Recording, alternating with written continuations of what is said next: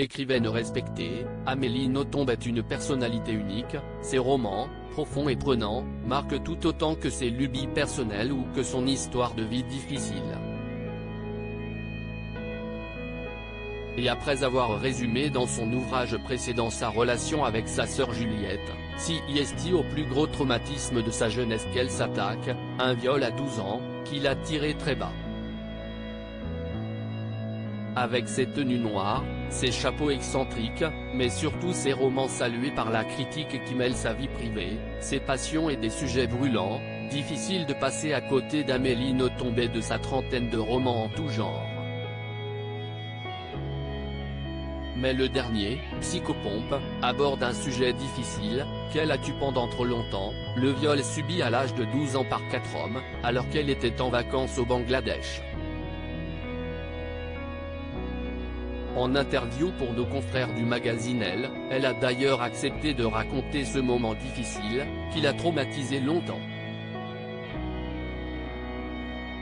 Je n'avais pas vu les 4 hommes arriver, je ne comprenais même pas ce qu'il se passait, je sentais des mains innombrables qui m'attiraient sous l'eau et m'ont fait tout ce que l'on peut faire.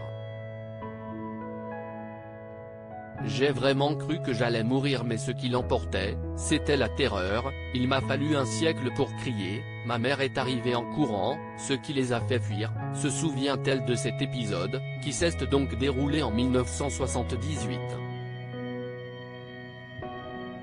Et CIST sa mère, justement, qui la sauvera ensuite du naufrage total. Alors que personne n'a rien dit pour l'aider, celle-ci prononce simplement les mots « pauvre petite », qui font exister officiellement le viol dans la tête de l'adolescente. Ces 2 mots attestaient de ce qui venait de m'arriver. Sans eux je me serais accusé de ce qu'il venait de m'arriver, sans eux, je me serais accusé de l'avoir invité, et à cette chose déjà très culpabilisante se serait ajoutée la culpabilité d'avoir menti, raconte-t-elle d'ailleurs. Mais si cet épisode est dramatique pour elle, les conséquences sont bien plus terribles. Tombée en dépression durant 9 mois, elle finit par devenir anorexique. Et tout cela va durer pendant 10 ans, jusqu'à un voyage au Japon. Ces 9 mois ont de très loin été les plus horribles, c'était l'horreur tout le temps, c'était en boucle dans ma tête, je suis dégradé, disqualifié, je ne vaux plus rien, cette vie ne vaut plus rien, relate-t-elle d'abord à nos confrères de Elle. Avant d'expliquer que bizarrement, CIST son anorexie qui a fini par la ramener du côté de la vie. J'ai cessé de manger et CIST terrible à dire, mais dans mon cas, ça a été une très bonne idée, ça a agi comme une espèce de chimiothérapie sur ce qui m'était arrivé.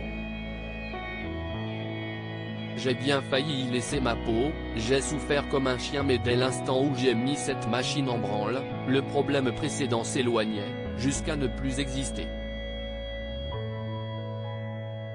Ça m'a sauvé de ça, je n'étais plus cette personne à qui ceci était arrivé, je la tuais en moi. Un témoignage fort, qui lui a servi pour son nouveau roman.